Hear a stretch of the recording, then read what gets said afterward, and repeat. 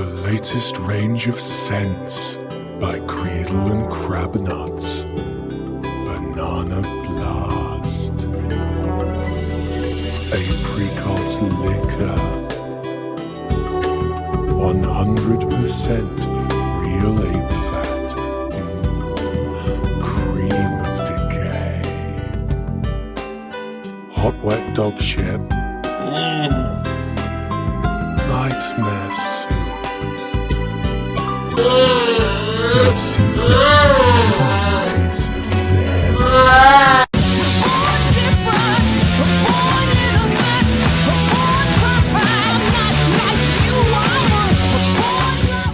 You may have noticed I've become Slimmer of the Year. You may have noticed I'm now the thinnest person on YouTube. It's because I've been eating rainbow carrots. The gayest of all carrots. And I thought, fuck talking about video games, I'll review carrots for a living.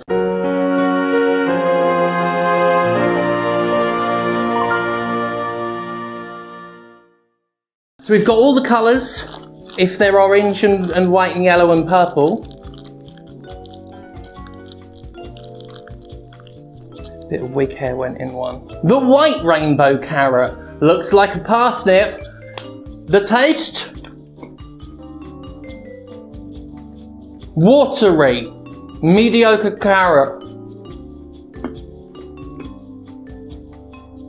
The yellow rainbow carrot, the yellowest of all rainbow carrots that are yellow. And the taste? Satisfying crunch. And a sweet, subtly so flavour.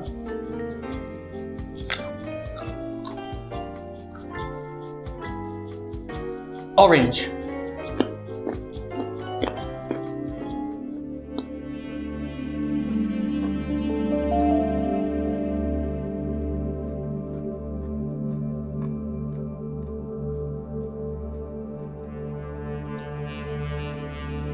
Gulp. And finally, the Shadowfax Lord of all horses of rainbow carrots. Purploo. With a twist. It's got yellow in it.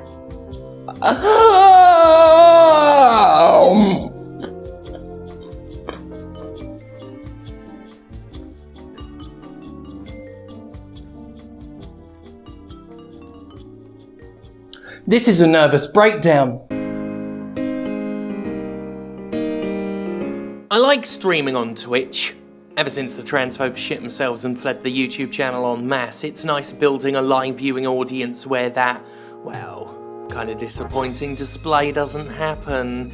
Plus, it's fun to kick back and play something in front of what has been a genuinely supportive and wonderful crowd. So I very much like streaming. I also very much like telling gatekeepers who whine about easy modes being in games to shut their spewing idiot holes, so the recent discussion about Twitch streamers and whether or not they should get to play on low difficulties has very much caught my eye. And let's answer the main question of the debate before we get into the details. Yes, Twitch streamers should get to play on low difficulties. Do you think otherwise? That'd be so fucking ridiculous. Streamers regularly come under fire for playing games on an easier difficulty setting, and they could be doing that for a variety of reasons. Some don't want the stress of challenging gameplay while juggling being entertaining on camera. Others want to analyse and discuss the story and lore of a game rather than its combat or puzzles. Yet others have accessibility issues that difficulty settings can better accommodate, and there are some who just straight up aren't very good at video games, and you know what? It's perfectly valid too. The idea that to be a streamer you have to be a top-ranked pro gamer is, well, not to be too judgy, but it's kind of a gamer attitude to have, don't you think? Like a gamer type of thing. Like gamers. Ugh. No, only kidding, God bless you, God bless you, God bless you. God bless ya. In a clip calling out the elitist attitudes among the hardcore gamer set, streamer Ashley Roboto bluntly told them to shut the fuck up and let people play games however they want to. This is of course a topic that's been litigated and re-litigated over the years, usually when From Software puts a fucking game out. I've explained my thoughts on easy modes in general. They're harmless. Even if there was an easy mode in Dark Souls, and we're not going there again, but to go there again, I'm completely correct when I say it won't fuck Dark Souls up. It's fine. People could play on easy mode in their own little setting. That would be fine. Modding Sekiro to make it easier is fine. But you cheated not only the game, but yourself. Yeah, alright, sure. I remember a time when cheat codes and stuff were in video games, not sold as DL fucking C. Let's not just hand validation over to video game companies for pulling that shit. The people who play games on easy are harmless. There's a bizarre attitude among some gamers where they feel difficulty is a zero-sum game. The more enjoyment a casual player has, the less enjoyment they have. I've seen some comments more or less say that the sheer existence of an easy mode will ruin their fun playing on a totally different setting. These so-called fans of video games want fewer people playing them, while whining about earning your fun. In a game you've already paid for, that's earning it. Or they'll complain about how they have to play a more difficult version of a game, so everyone else has to. Just like those fucking idiots who don't want to forgive student loan debt because it'd be unfair to those who paid already. Fucking not kicking a dog in the fucking head is unfair to every dog that's been kicked in the head by that logic. But do we encourage dog fucking kicking head fucking in? No, we fucking don't. This video isn't about student debt. Despite any right-minded person realizing that game difficulty is such a non-issue in life that it's not even a priority within video game discourse itself, let alone anything wider, Twitch's more mainstream audience is, to put it nicely, rabid. Just frothing, angry, bizarre, rabid. Bigoted? Oh, of course. And they hate indie games. That's one thing I've noticed about that crowd. Just despise them. As a low-key streamer, staying low-key is my aim. The idea of being on Twitch's front page, especially as a visibly out queer person, is my idea of a bad fucking time. I stream to have a nice chill time, not deal with the elitist gamer set, who are by far among the most highly strung groups of people I've ever dealt with. I mean, the real hardest of the hard dyed-in-the-wool capital G gamers out there are out of their fucking minds. I mean, I've said it before and I'll say it again, you know Gamergate was weird, right? Just fucking weird. That pressure to get good has been felt by streamers. Hell, at times I felt it even on my nice chill streams. I remember when I did a Monster Hunter stream, I was trying a new weapon, and the night before the stream I was doing pretty good at it, and then when I got into stream, the chat kept saying, you're doing it wrong, here's what you do, sometimes throwing conflicting information at me. It confused me, it tripped me up. Their attempts to get me gooder at the game made me effectively way worse. And then once I ignored the chat, which I don't like to do, they're usually really nice, but once I just ignored the chat and focused on the game and stopped trying to get good, I was handling my shit really quite nicely. I'm someone who struggles anyway to play a game and talk at the same time, to be entertaining at the same time. When I can actually focus on a game, I do way better, but that pressure to do good, even if your audience isn't actually there for it, can actually make content less entertaining. And like I said, most of my audience isn't there to see me be good at a game. I mean, if you're gonna watch Jim Sterling playing games and you're there to watch the actual gameplay, you've come to the wrong place. But yeah, the pressure hasn't been felt too much on Twitch apart from that time a bunch of advice was bugged. Now, it mostly just comes from years of YouTube and comments and the gamer discourse trying to discredit critics for not being good enough at the games. That's why you gave that game that score, because you're not good at games. Blaming unrelated assumed factors means I don't have to deal with the dissonance of someone not liking a game as much as I do. My identity is product! There's that pressure to be good just to justify your opinion on whether a game is good or shit. Most of them are shit. That Outriders is shit. Certainly mediocre. After having the game for a week, I was finally able to get into the fucking game. It's not really worth it. A number of streamers called it out alongside Ashley Roboto, among them Nicotine and Blizzbear, the latter having had to field complaints from viewers about playing Stardew Valley wrong. Yes, Stardew Valley. A game that laid back and casual still has hardcore gamers ready to complain about how you're doing it wrong. It shouldn't be surprising, of course, that fan-presenting streamers get it worse than anyone else. That statement will get questioned by the get-gooders themselves, but they should get good at pattern recognition because the pattern's there. You're good at bosses. You're good at game bosses from those, what was it you call them? Video games? The bosses, they're the big ones at the end of a level, right? You get more points for fighting them. Do you get points in Dark Souls? You get some points. Recognise a pattern, get a point. I often find the easy mode debate exasperating. Personally, I play everything on normal or medium difficulty, whatever the default is, because as a critic it's been my policy since forever to play on the setting more considered the average and normal experience. But like I said, that pressure to be good is there. It's certainly enough to where I won't play games I'm unfamiliar with or ones that feature too much stuff my brain's bad at, like puzzles. If I'm playing a game and I've got to do puzzles on the fly, the thought of being stuck on a particular one for hours, or getting lost and wandering aimlessly, or dying to the same, you call them bosses, right? Over and over and over in front of hundreds of viewers is terrifying. It's funny because I've cultivated an audience there that, as I said, neither cares about my gaming ability nor finds it particularly impressive when I'm good. They're there for inane chat and banter and me. And the toys I will show off on screen, you know, boglins, I've got those. Remember boglins? I talk about them sometimes. It's part of my desperate affectations. But I do think being on a stream for the personality is the most important aspect of all this, and one that's been forgotten, because it's the personalities that make the shows. In response to this discussion, I've seen responses asking what even the point is of watching streamers who aren't good at games. And I suppose if all you watch is someone like Ninja, then that might be the opinion you have. I've seen suggestions that if a streamer isn't good enough to play above easy, then they have no business being on Twitch, maybe not even talking about games at all. I think this speaks not only to the famously skewed priorities and bizarre pissing contestry of the hardcore gamer crowd, and also to their complete lack of understanding of streaming itself, or at least the variety of content available through streaming. You see, most streamers don't have to rely purely on being good at Fortnite to become successful on some level. They have these things called personalities, which is pretty damn useful when your job is to be a personality. Having a personality that people find engaging is usually a good way to be engaging. And while I'm finding it hard to abandon my sarcasm, I should note that I am trying to make a point here.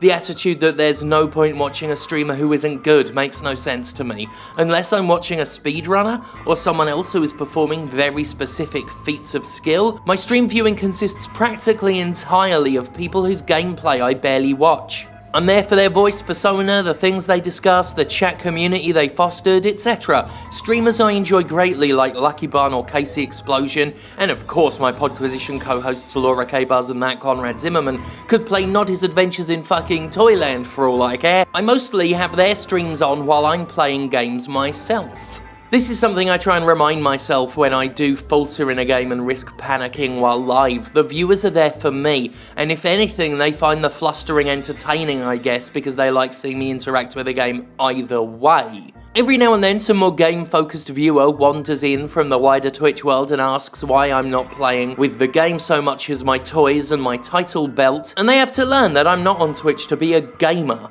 I don't even play games to be a gamer. The aim is to have fun. You know those weird adverts I've been sneaking into Jimquisition? They began and still run as full gym-to-missions on my streams, and they're not just a break for me, they're part of the show. The viewers who stick around while I play the trapdoor intro or obscure 90s ads and my horrible edits are the viewers I want. Not the ones who get pissy because I'd rather show off a Mighty Max playset than hunt another monster, but the ones who think, "Ooh, I hope the Mr. Soft advert turns up." Mr. Soft. Won't you tell me why the world in which you're living is so strange? Oh, Mr. Soft, how come everything around you is so soft and rearranged? Anyway, that's off the point. The point is, will you just stop all the crying about easy modes and leave streamers out of it? There are loads of them doing the high-skill pro-gamer thing. You can watch them. The ones who want to discuss story or chill out or just prefer their personalities be the star of the show, you're not impressing anyone by demanding they impress you much. This is rude, Ralph. When I pull his eyeball, he makes for really gross noises. I brought him to school today.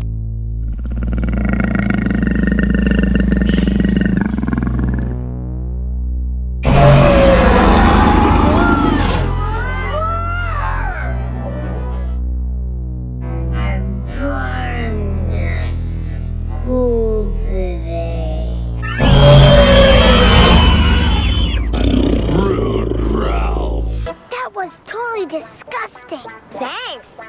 From Axla. If you thought it was all over for Google Stadia just because it closed down its studios, fired its staff, cancelled its games and gave the fuck up, then have I got a surprise for you! Google's hot new game streaming platform still has plenty left to give the world, and it's definitely not going away anytime soon. Still don't believe me? Well, you're about to feel foolish as fuck. Fool, when I reveal to you with stunned awe that Jay and Silent Bob Chronic Blunt Punch is coming soon to the platform. Yes, that's right, we're talking about the Jay and the Silent Bob of the Jay and the Silent Bob fame, doing their hilarious comedies such as Snoopy Doodles and Do You Want a Weed Drug? Who can forget that time the Jay one from Jay and Silent Bob said, "What? I've got a wiping problem. You just stick those little pieces up my brown eye and bam, I get no stains in my undies. What, you don't believe me? Check this shit out. Spread my cheeks so he can see the fucking stink nuggets."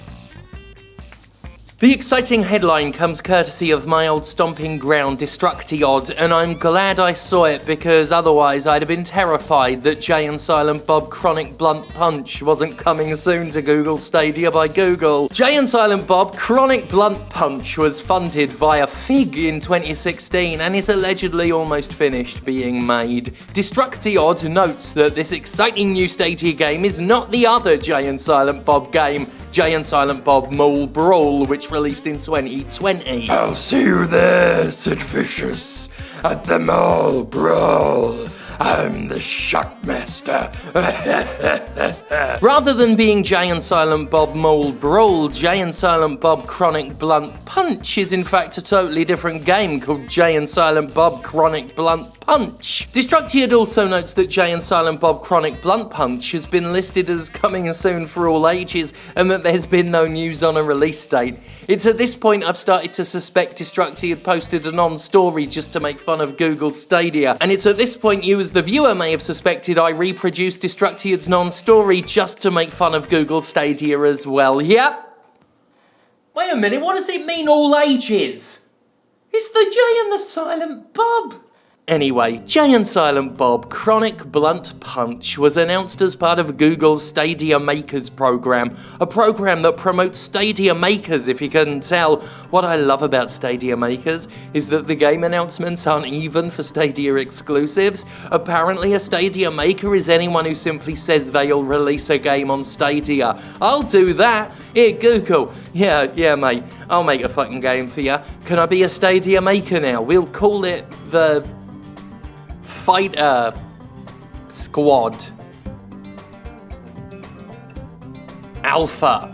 Be it Grime or Sky Climbers or indeed Jay and Silent Bob Chronic Blunt Punch, anything listed as a Stadia Maker game appears to have no particular affinity for Stadia itself. It's just something Google's doing to try and make the platform not look like a humongous piece of shit, which it is, by the way. It's a humongous piece of shit. It's hilarious that Stadia is failing because everyone said it would, and only Google seemed to think otherwise, which is stupid because it's Google, making failed, embarrassing using dead fucking products and wasting everyone's goddamn time with them is kind of what Google does.